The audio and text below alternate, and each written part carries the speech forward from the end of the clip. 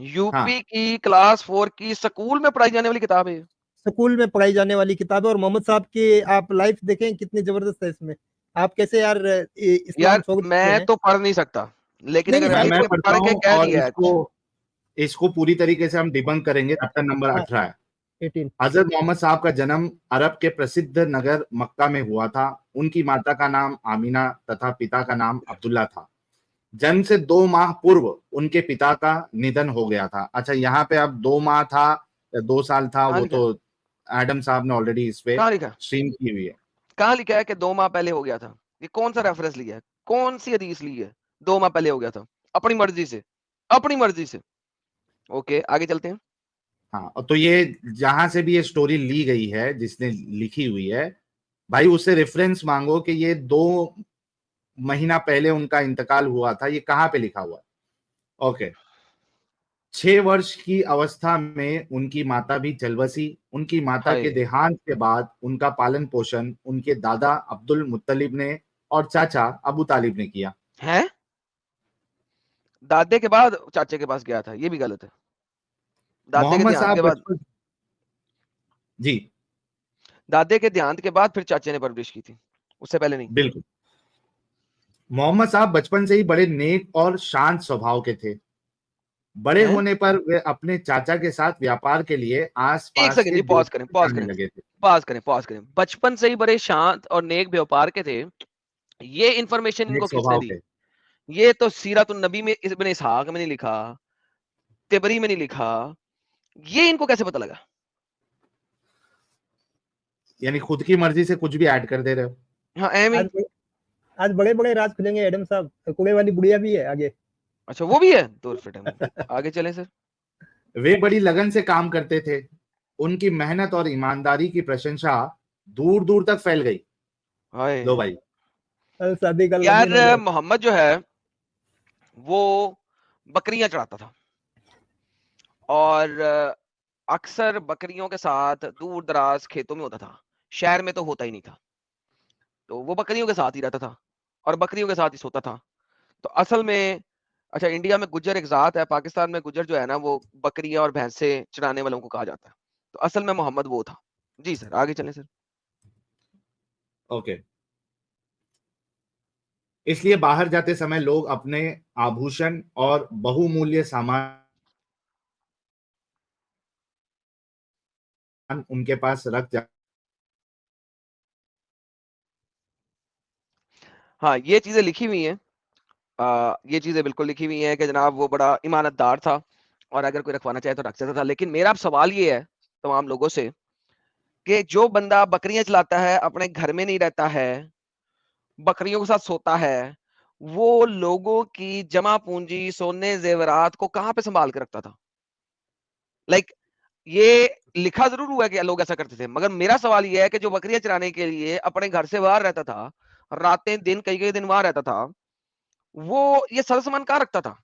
और मुझे दूसरी बात ये बताएं कि आप एक बकरियों के साथ जंगलों बियाबानों में रहने वाले बंदे को अपने सोने जेवरात ये वाली चीजें संभालने के लिए देंगे? कौन देगा? कौन पागल होगा जो बकरियां भैंसे चढ़ाने वाले को अपना सारा सामान दे देंगे, लो जी संभाल के रख लो, मैं वापस आऊंगा तुमसे ले लूंगा?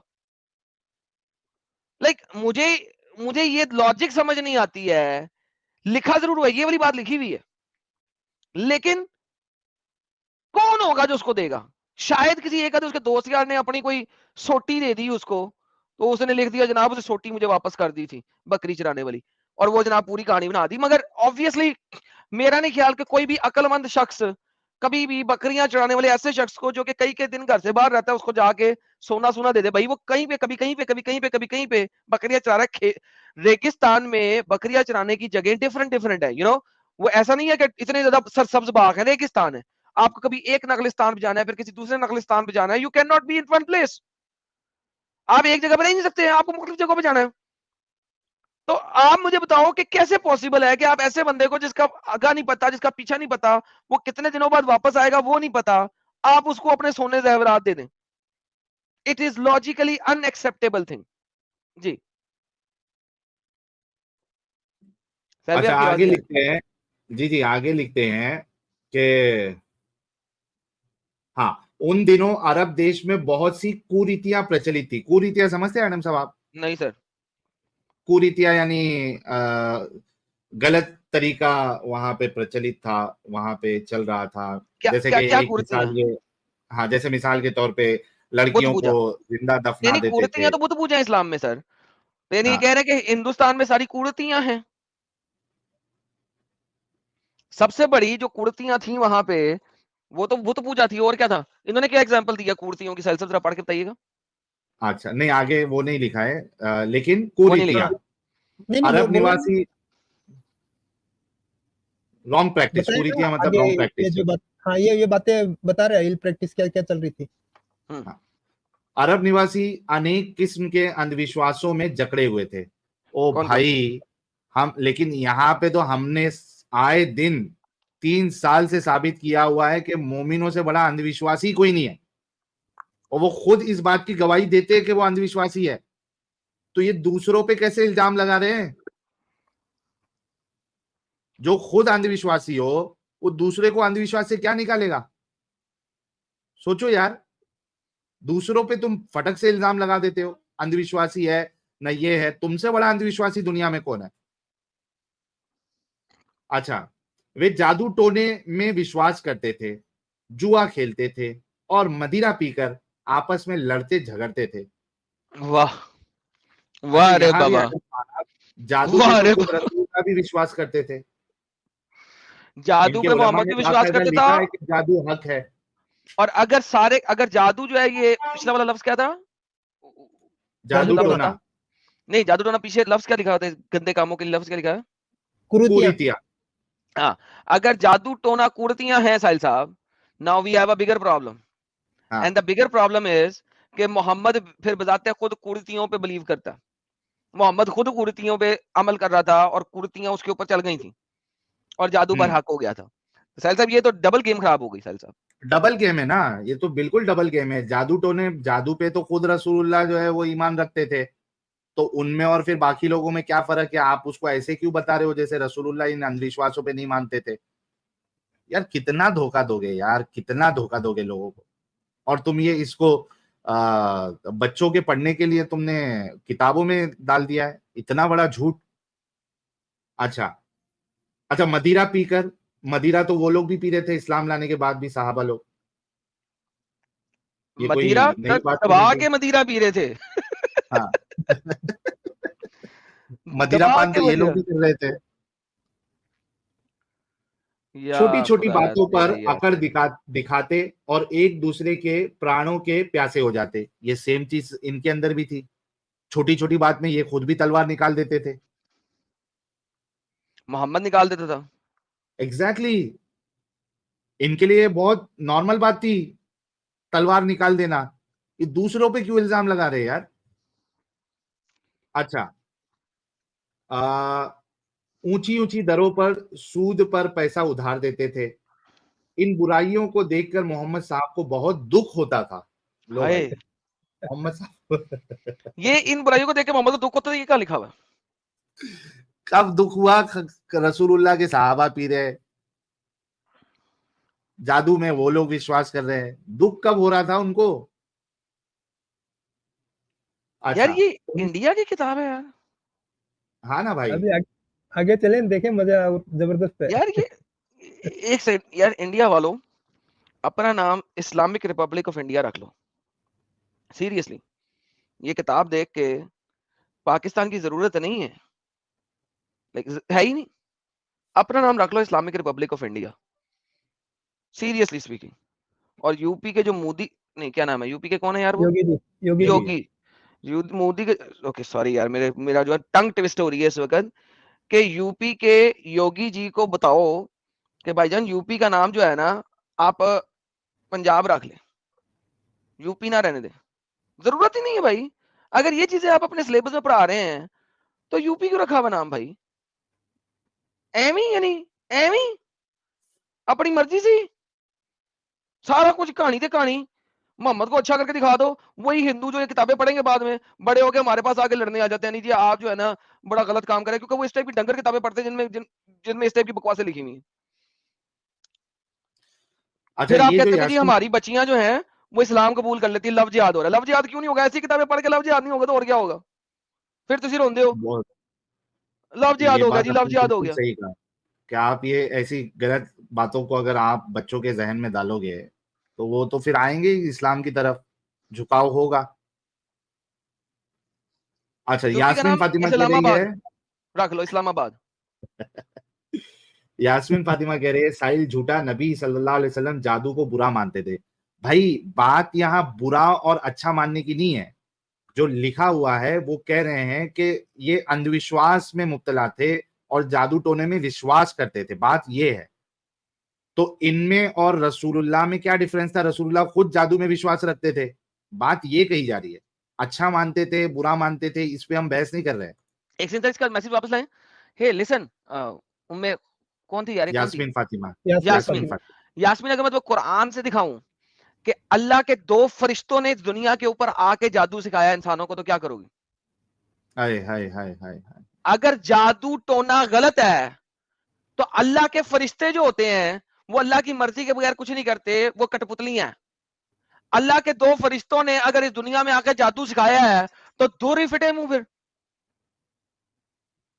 यार कम ऑन यार, तुम लोगों को अंब का पता नहीं, अपना कुरान तुम लोगों ने पढ़ा नहीं और यहाँ पे आगे आर करना शुरू कर देते हो।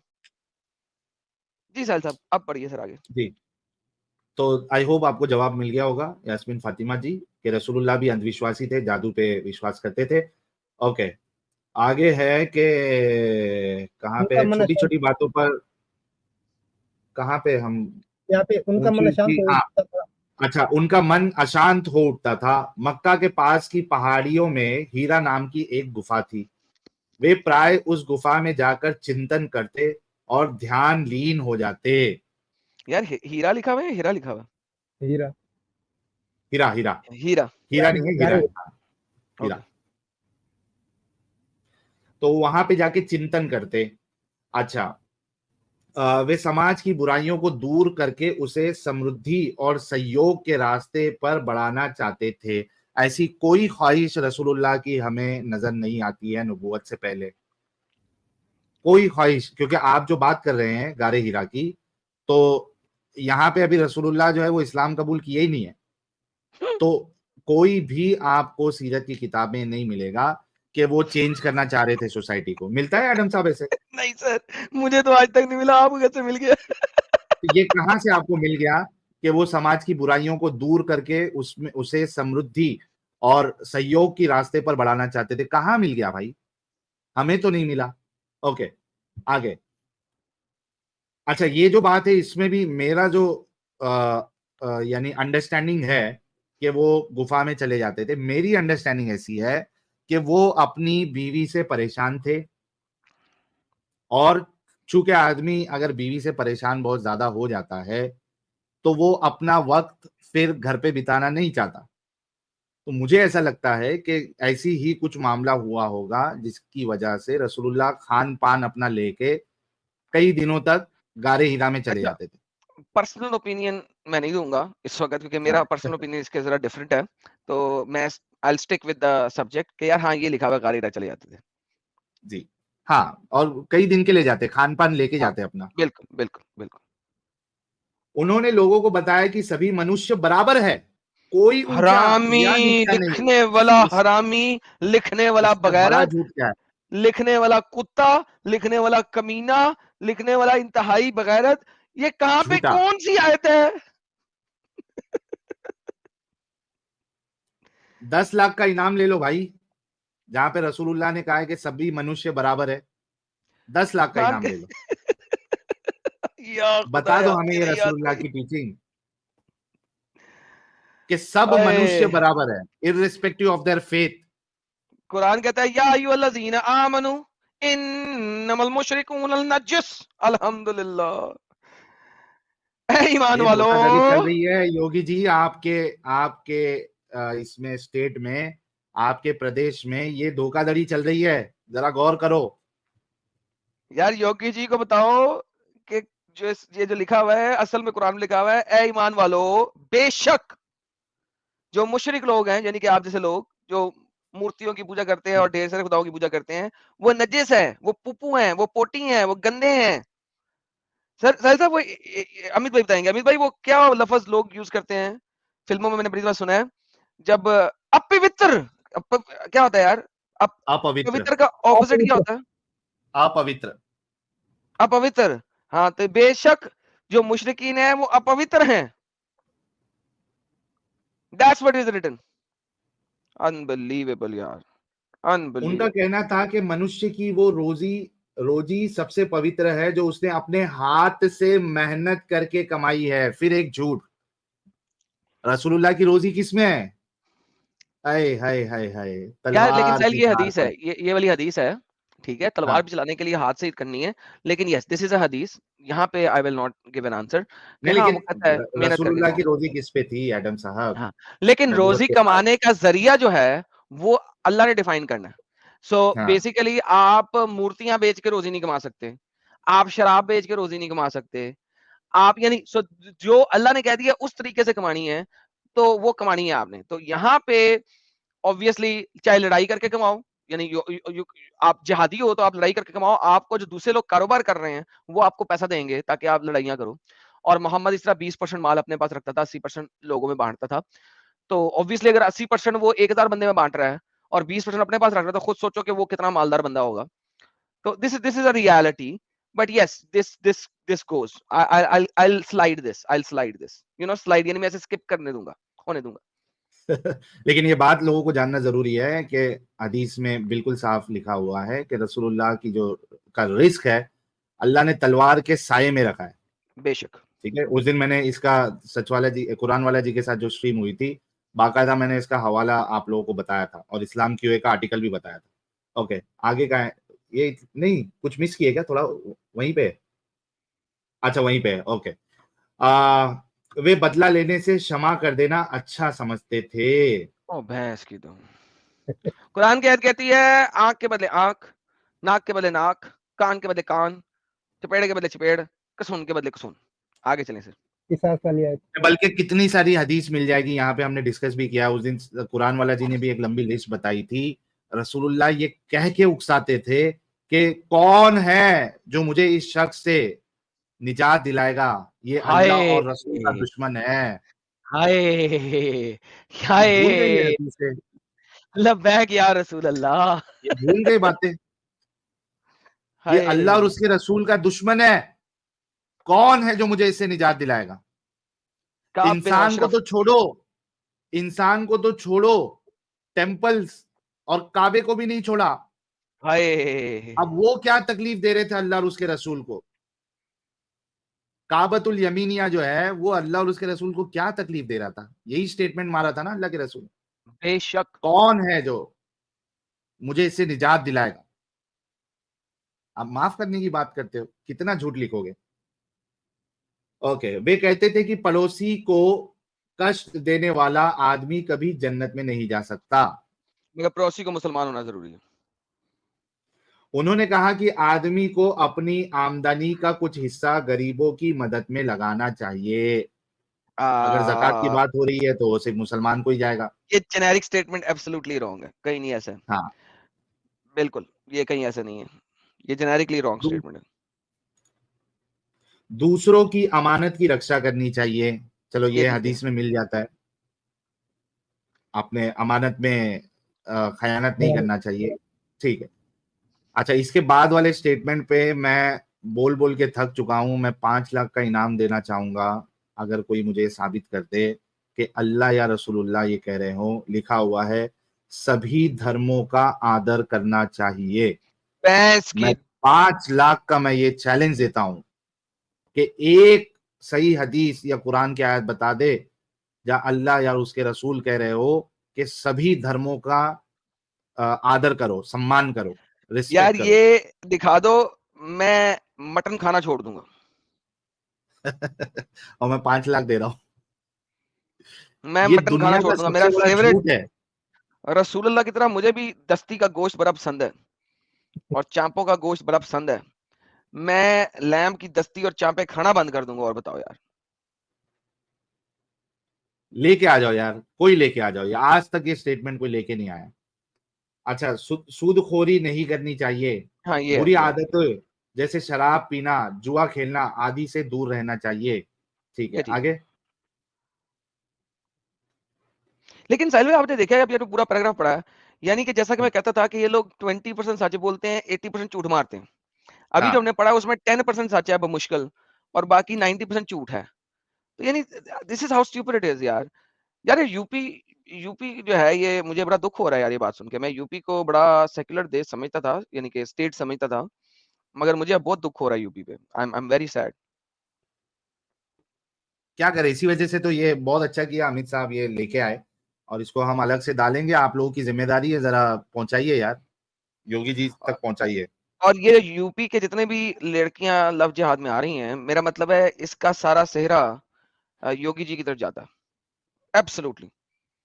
जो मेरी इस बात से इख्तलाफ करता करता रहे, लेकिन इसका सेहरा योगी जी की तरफ जाता है, क्योंकि वो इतने अरसे से वहां पे मिनिस्टर हैं, और अगर वो इन चीजों को नहीं हटा सके, तो भाई ये सारा सेहरा उनकी तरफ जाता है। कोई भी लड़की अगर लव जिहाद में फंसती है, तो उसमें किसी हद तक योगी जी का हाथ है कि उन्होंने इस चीज को वहां से रिमूव नहीं कराया।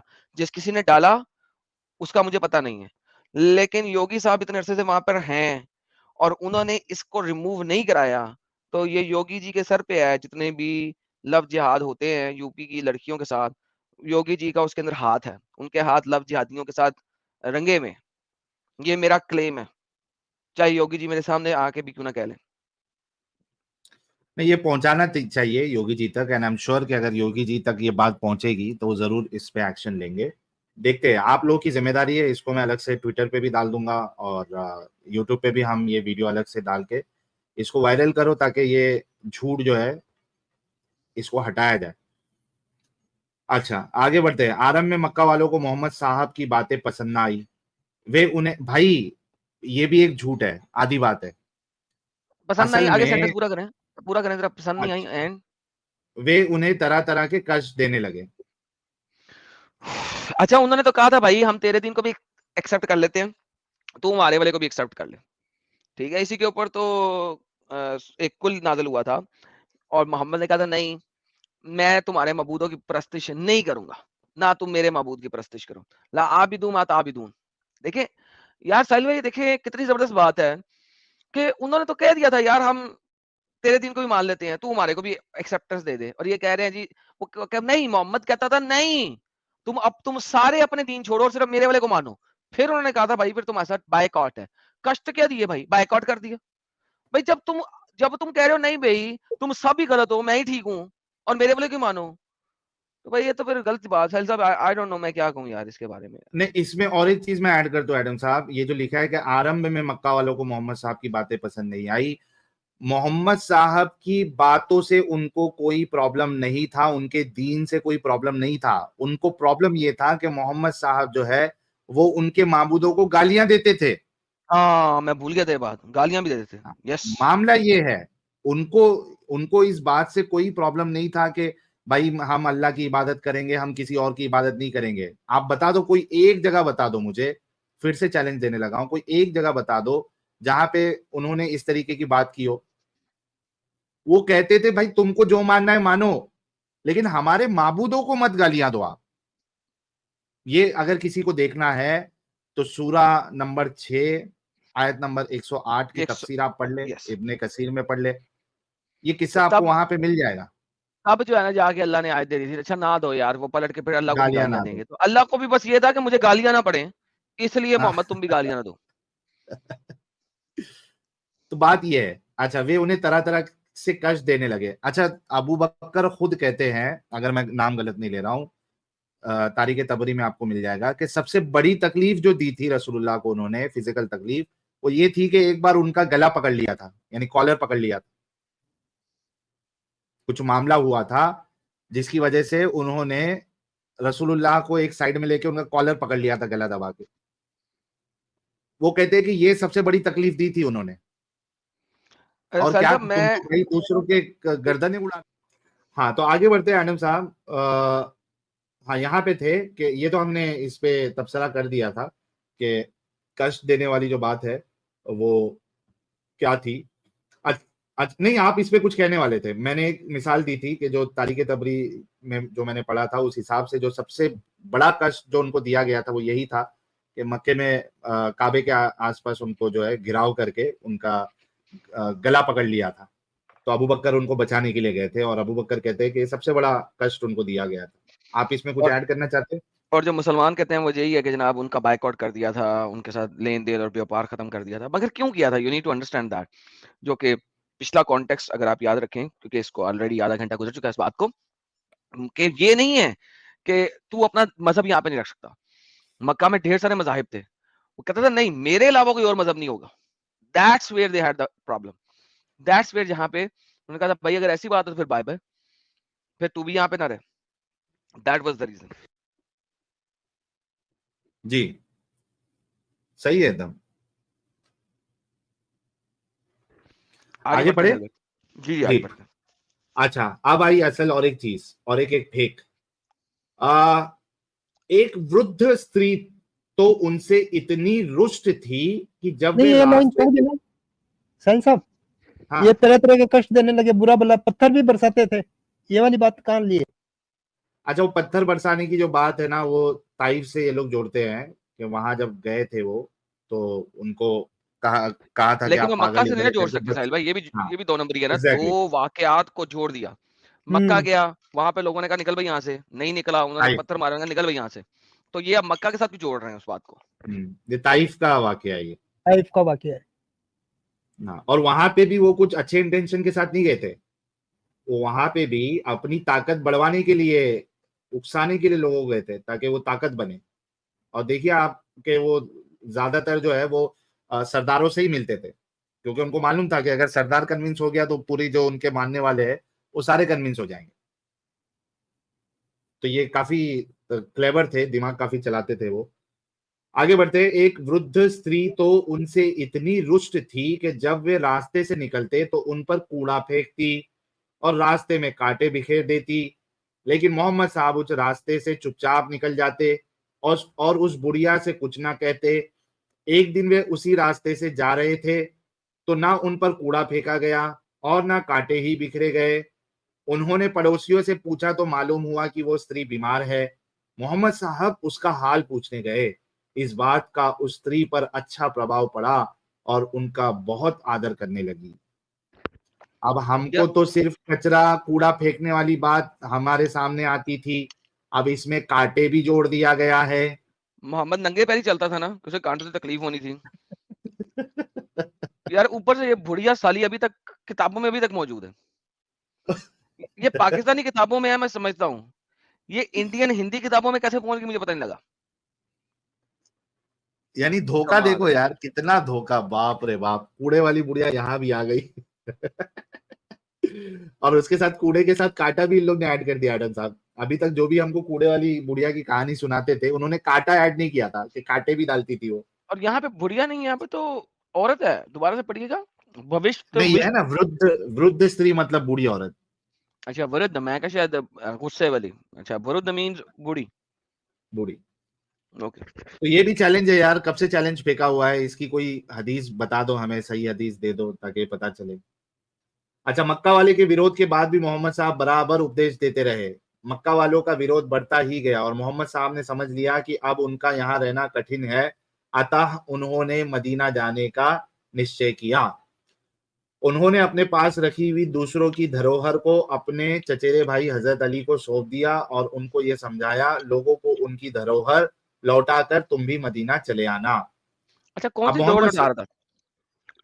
जो लोगों ने उनके पास रखे थे अमानत, किसने रखी थी? तो अब लिखा ये भी हुआ है कहानी है। मेरे ख्याल से, ये देखें, तारीख तबरीज़ में भी ये लिखा हुआ तारीख है। तिबरी के अंदर एक कोटेशन है जिसका कोई रेफरेंस नहीं है।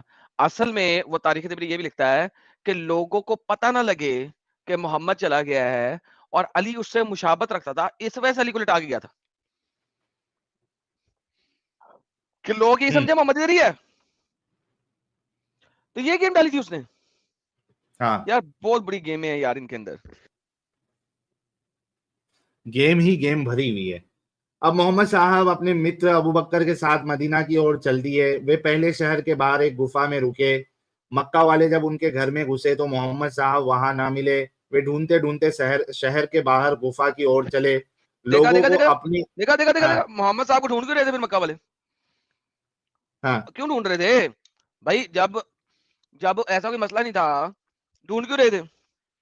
मोहम्मद क्या चोरी करके निकला था, ये बताओ। मारने के मक्का वाले लिए क्यों ढूंढ ढूंढ रहे रहे थे ना, वो मारने के लिए थे? ढूंढ मारने रहे के थे ढूंढ ना। रहे थे। लो 13 साल से तो मारा नहीं उसको, हम्म। आखिरी एक दिन में मारना था। अच्छा रात को अली सोया हुआ है, मक्का वाले देख रहे हैं अली सोया हुआ है, अली कोई मारा नहीं उन्होंने मोहम्मद समझ के। यार देखो ना साहिल भाई, ये गेम है, ये वाली गेम मुझे आज तक समझ नहीं लग सकी। ये वाली गेम कि ऐसी क्या रीजन थी कि 13 साल के बाद मक्का वाले उसको मारना चाह रहे थे और वो अली को अपनी जगह पे लिटा के गया था कि मक्का वाले अगर आए तो लगे उनको कि मोहम्मद यहीं पे सोया हुआ है। हम्म। ना ये गेम अगर कोई मुझे समझा दे तो बात बनती है कि 13 साल के बाद क्यों मारने की कोशिश करनी थी। 13 साल तो कत्ल करने की कोशिश नहीं की, जब मोहम्मद दरल्ले से फिर रहा है और उसका अपना चचा जो है जिसके हाथ टूट जाए अल्लाह ने बददुआएं दी थी, अबू लहब, वो उसके पीछे जाता है, वो उसे गालियां दे रहा है और कह रहा है झूठे खुदा को पुकार रहा है, तब तो किसी ने कत्ल नहीं किया मोहम्मद को। ये 13 साल बाद मोहम्मद को कत्ल करने की जरूरत क्यों पेश आई इन्हें? What was the difference now? किसी मुसलमान के पास जवाब नहीं है इस चीज का। जाओ चैलेंज है मुझे। वाह, लो भाई चैलेंज भी आ गया है। कोई मोमिन जो है वो अगर मैडम साहब को गलत साबित करना चाहता है तो जुड़ जाइए। अच्छा, आगे बढ़ते हैं। लोगों को अपनी ओर आते देखकर अबू बकर घबराए, मगर मोहम्मद साहब ने कहा, अबू बकर घबराओ नहीं, खुदा हमारे साथ है, वो हमारी रक्षा करेगा। कहा जाता है कि उसी समय मकड़ी ने गुफा के मुंह पर जाला बूंद दिया। तो मोहम्मद साहब के विरोधी उन्हें ढूंढते ढूंढते गुफा के पास पहुंचे। तब उन्होंने गुफा के द्वार पर मकड़ी का जाला तना हुआ पाया। इससे उन्होंने समझा कि गुफा में कोई नहीं है। वे इसमें कहानी आगे में बढ़ हेर फेर गए है, और मोहम्मद साहब को ना पा सके। इस कहानी में भी हेर फेर है। ये कहानी में हेर फेर क्या है कि ये किसी भी ऑथेंटिक चेन पे वैसी नहीं है। एक चेन है जो आती है, यस आई नो आती है, लेकिन अब प्रॉब्लम ये है कि कहानी चोरी का माल है। जूइश क्या कहते हैं सर, वो क्या है यार, रबाई। रबाई, जूइश रबाई की जो है तालमूद, उसकी एक और सब कैटेगरी होती है।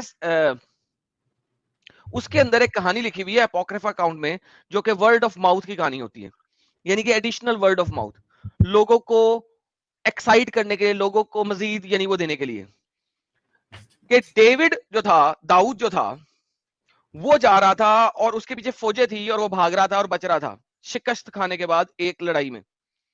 वो एक गार के अंदर छुपा और गार के बाद मकड़ी ने जाला बोल दिया।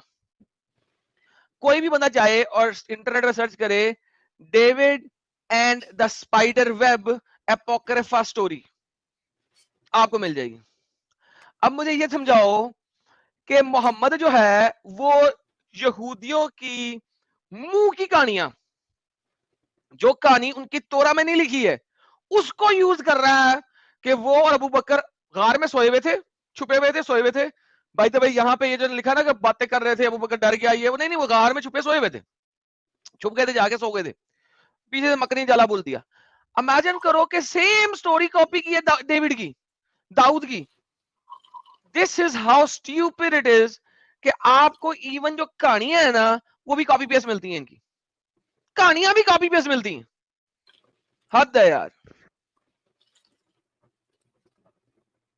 यानी आप देखिए कि ये भी किधर से कॉन्सेप्ट कॉपी किया हुआ है, यानी बाद में ये सब बनाई गई है ये सब स्टोरी।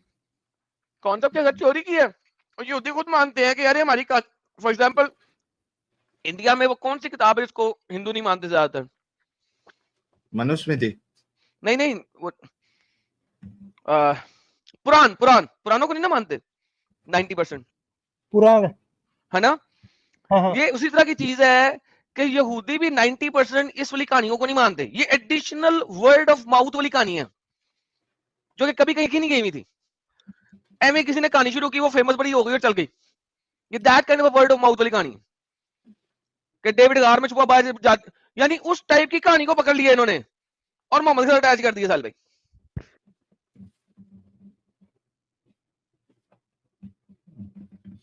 3 दिन गुफा में रहने के बाद मोहम्मद साहब ऊंटनी पर चढ़कर मदीना की ओर चल पड़े। मक्का से मदीना की यात्रा हिजरत कहलाती है और इसी से हिजरी सन शुरू होता है। कुछ दिन बाद मोहम्मद साहब ने एक मस्जिद बनाने की बात सोची। मस्जिद बनाने के लिए जो जमीन पसंद की गई वो 2 अनाथ बच्चों की थी। ये बच्चे जमीन मुफ्त में देना चाहते थे, किंतु मोहम्मद साहब ने मुफ्त की जमीन लेने से मना कर दिया। एक अंसारी ने इस जमीन का मूल्य चुका दिया। अच्छा, उसमें भी वो अंसारी जो है वो मूल्य चुका रहा है। इस जमीन पर मोहम्मद साहब ने एक मस्जिद बनवाई। वो मस्जिद से मिले हुए कमरे में आप बहुत तेज तेज जा रहे हैं, बहुत तेज तेज जा रहे हैं। ये अनाथ बच्चों वाली कहानी आपने कभी पढ़ी विद प्रॉपर रेफरेंस? तारीख तबरी में लिखा हुआ है शायद। नहीं, उसका आपने चेन पढ़ी?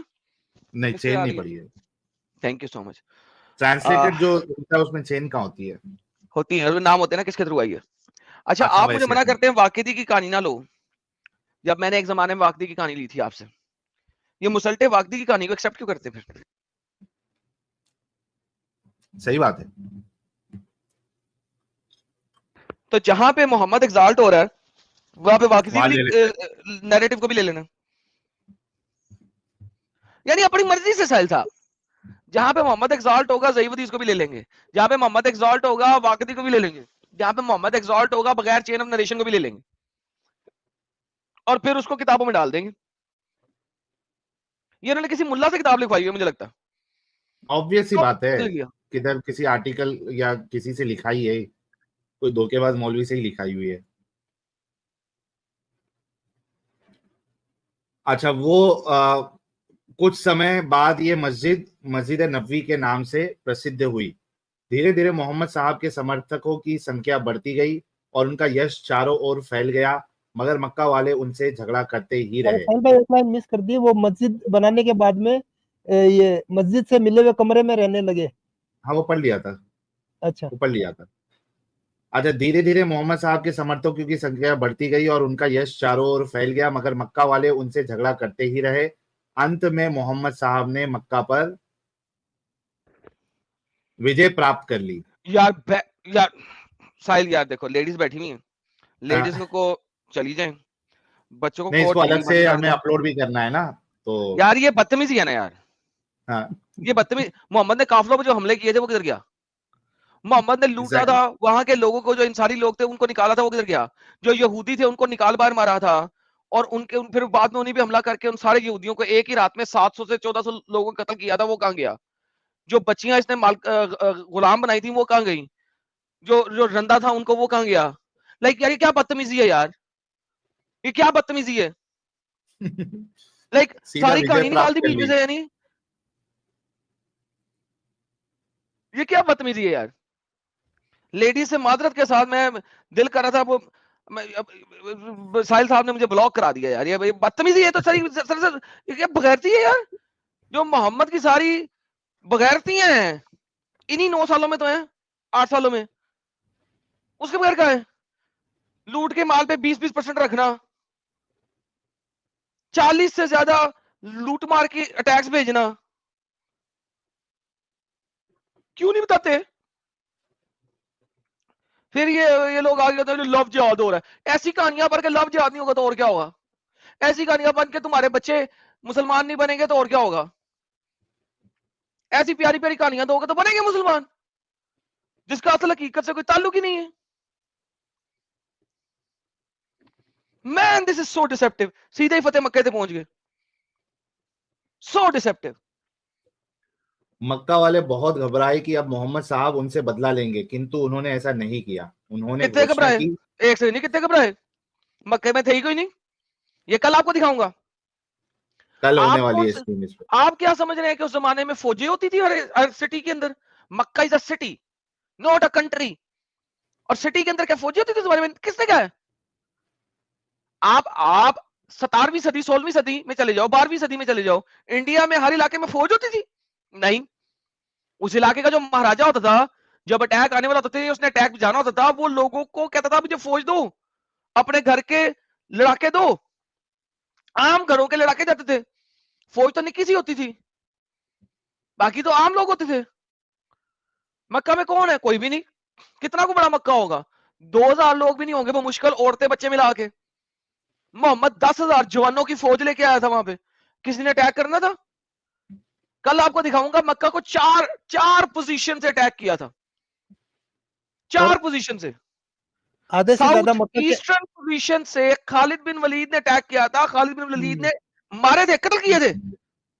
ये साउथ ईस्टर्न विंग जो था वो खालिद बिन वलीद के पास था। इधर से खालिद बिन वलीद ने अटैक किया, पुश बैक किया, उधर से साउथ वेस्टर्न फौज उनके पीछे आके खड़ी हो गई है। अब वो क्या लड़ेंगे, आगे भी फौज है पीछे भी फौज है, क्या लड़ेंगे, कमक कहीं से आनी नहीं है। ऊपर से मोहम्मद चल रहा है, नॉर्थ वेस्टर्न एरिया से एंटर हो रहा है अपनी फौज लेके। आपको दिखाऊंगा 4 अतराफ से हमला किया, 10,000 जवान मर्द लेके। अंदर कौन है, औरतें बच्चे। और मक्का यार वाले ये जो तो हालत है। एडम भाई, मक्का वाले जो सिपा सालार लेके चल रहे थे पहले, उनमें से आधे से ज्यादा तो मोहम्मद की फौज में शामिल हो चुके थे धीरे धीरे। अरे नहीं, वो दूसरी दूसरी डिफरेंट कहानी है, वो डिफरेंट हम्म। कहानी है। राइट नाउ उनको तो पता भी नहीं अटैक हो रहा है भाई, चुप चुपीते हुआ था, मोहम्मद ने बताया ही नहीं कि मैं अटैक करने आ रहा हूं। ये लोग कहते हैं हम सामने से अटैक करते हैं। अब एक तारीफ फोको, आओ मेरे पास शाम को, मैं बताता हूं। मैं बगैर तो तुम्हारे नबी ने बगैर बताए हमला किया, अमन क्या देना उसने। उसके अपने मुसलमान जो थे वो कहते थे हमारी अपनी फैमिलीज है यहाँ पे मोहम्मद, हमारी अपनी फैमिलीज हैं, हमारे कजन हैं, हमारी माएँ हैं, हमारी बहनें हैं, हमारे बेटे हैं। उनकी खातर जिनको उसने पकड़ के मुसलमान बनाया हुआ था, उनकी खातर इनको अमन दिया था कि यार मुसलमान हो जाओ, अपने घर में रह लो, अटैक करने बाहर ना आना, ये सिटी मैंने कब्जा करनी है, जो बाहर आया उसको कत्ल करेंगे, जो नहीं आया उसको अमान है, बस दैट्स इट। और वो बाहर आएंगे कैसे, अचानक हमला हो गया, तलवारें है नहीं, खुला मैदान है नहीं, गलियों में कितनी को लड़ाई लड़ लेंगे। और आगे से पीछे से ऊपर से नीचे चारों साइड से अटैक किया उसने, तो कहां से करेंगे, मजबूर हो गए थे। ये स्ट्रेटेजी थी जंग की, शातिर तरीन इंसान था मोहम्मद जंगी स्ट्रेटेजी में। जूलियस सीजर के बाद अगर मैंने किसी शख्स को वॉरफेयर के अंदर शातिर देखा है तो मोहम्मद है। ओल्डर वॉरफेयर के अंदर, ओल्डर वॉरफेयर के अंदर जूलियस सीजर के पास किसी और में इतनी शातिराना हरकतें नहीं की। और इस वजह से मैं कहता हूं कि मोहम्मद ने जूलियस सीजर को बहुत अच्छे तरीके से स्टडी किया होगा। मोहम्मद की हर बैटल को आप जूलियस सीजर की बैटल, यूरोपियन बैटल के साथ कंपेयर कर सकते हैं।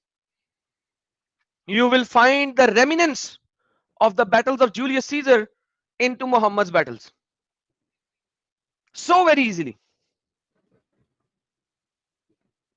That's what he was. फर्क क्या है, वहां पे उसने खंदक नहीं खोली थी क्योंकि उस जमाने में खंदक नहीं होती थी, वहां पे उसने लकड़ियों के वो बनाए थे, नेज़े नुमा चीजें खड़ी की थी ताकि उसके ऊपर से छलांग ना मार सके। और फिर वहां पे भी एक जगह से छलांग मार के घुड़सवार आए थे, आय हाय हाय हाय, यहां पे खंदक बना दी और छलांग मार के आ गए। वहां पे उसने जब ये काम किया तो खाने पीने की कमी हो गई थी, लोग भूखे नंगे काम कर रहे थे, टाइम नहीं था। यहां पे क्या हुआ है, भूखे नंगे काम कर रहे थे, पेड़ पे पत्थर बांध रहे थे, खंदक खोद रहे थे।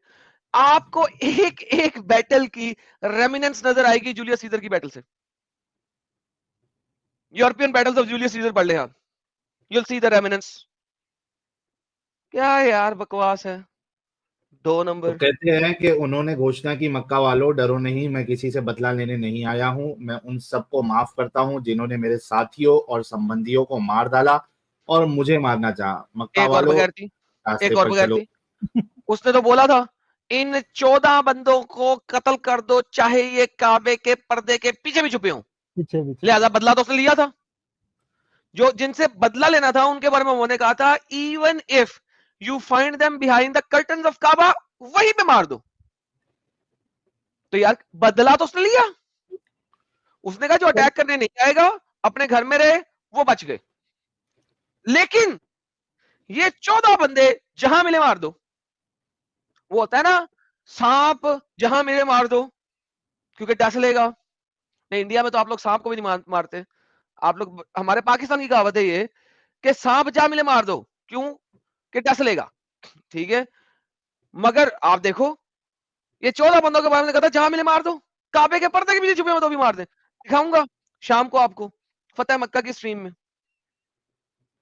मोहम्मद साहब के इस व्यवहार का मक्का वालों पर बहुत असर पड़ा। उन्होंने मोहम्मद साहब से क्षमा मांगी और प्रार्थना की कि आप अब यहीं रहे। मोहम्मद साहब ने कहा, आज मैं तुम लोगों से बहुत खुश हूँ। ये क्या है यार, ये क्या बच्चों की कहानी है? आपने अटैक कर लिया, अब आप यही रहे हमारे हुक्मरान बन के, हमारे जो सारे मंदिर है वो आप तोड़ दे, हमारा सारा कुछ तोड़ दे, हम आपसे बड़े खुश हैं, थैंक यू, आपने अटैक किया फाइनली हम पे, हाय हम बड़े खुश हैं। ये क्या हो रहा है यार? आज मैं तुम लोगों से बहुत खुश हूं, परंतु जिन लोगों ने संकट में मेरा साथ दिया था, मैं उन्हें कैसे छोड़ दूं। वैसे मैं हज करने हर साल मक्का आता रहूंगा। ये कहकर मोहम्मद साहब मदीना लौट गए और वहीं रहने लगे। अबे जब ये उनका देहांत हुआ ये कौन सी मोहम्मद की हदीस है ये? ये कौन सी सीरत की किताब से ली है, कौन सी हदीस से ली? ये कित्थों लेता है उन्होंने? यार ये मौलवी को बुलाए, इसके चपेड़ मार के इसका दो दांत ना निकाल दूं मैं। साले कहाँ से ले रहा है तू? 2 तो नंबर आगे इंसान। आगे कहते हैं कि जब उनका देहांत हुआ तो उनकी कब्र मस्जिद से सटे हुए उसी कमरे में बनाई गई जिसमें वे रहते थे। हाँ ये तो मोहम्मद ये फाइनल ये वाली बात सही है। उसके बॉडी से इतनी बो आ रही थी, वो उसको जन्नतुल बकी भी नहीं लेके गए। उन्होंने कहा नबी जो है ना, जहां होते वहीं दफना देते, दफना दो। कीड़े पड़ गए इसकी मोहम्मद बॉडी में। मोहम्मद साहब के संदेश हदीस की किताबों में संकलित है। ईश्वर इसमें एक से है और वो इसमें से एकता को कुछ भी पसंद संकलित करता है। नहीं है बाय द वे। हजरत मोहम्मद। तो यार देखो, ये है झूठ जो कि बच्चों को पढ़ाया जा रहा है, उनके जहनों में डाला